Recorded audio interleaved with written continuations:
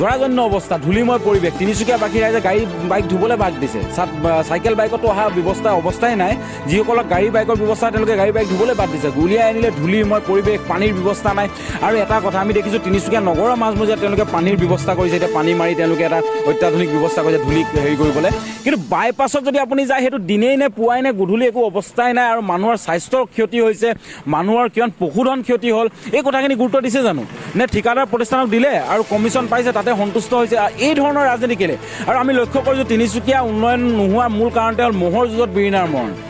কাবাৰ টিকেট কেন্দ্ৰিক যুঁজসমূহত খোৱা কামোৰাৰ মাজত কিন্তু ৰাইজে উন্নয়ন দেখিবলৈ পোৱা নাই। কেৱল দেখি আছোঁ আনহাতৰ দলীয় যুঁজ। আৰু দলক তৈলমৰ্দন কৰিবলৈ গৈ এজন বিধায়কে দলৰ পতাকা খুটাত বন্ধাটো উন্নয়ন হিচাপে যদি ধৰিবলৈ স্বীকৃতি দিবলগীয়া হৈছে তেতিয়াহ'লে অতি দুৰ্ভাগ্যজনক। আৰু এনেকুৱা ধৰণৰ কাম কাজ সকলো টিকেট প্ৰত্যাশী পৰা আদি কৰি বৰ্তমানৰ বিধায়কলৈকে আমি কৈছোঁ এনেকুৱা ধৰণৰ টুলুঙা ৰাজনীতি নকৰিব। এয়া স্পষ্ট, আমি জিলা ছাত্ৰ সন্থাৰ ফালৰ পৰা আমাৰ স্পষ্ট কথা।